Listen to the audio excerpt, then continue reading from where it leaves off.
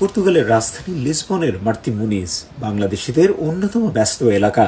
বাংলাদেশি ব্যবসা প্রতিষ্ঠানের আধিক্যে রুয়া দো বেনফর্মোসো পরিচিত বাঙালি গলি নামে আশেপাশের এলাকা জুড়ে বসবাস হাজারো বাংলাদেশির।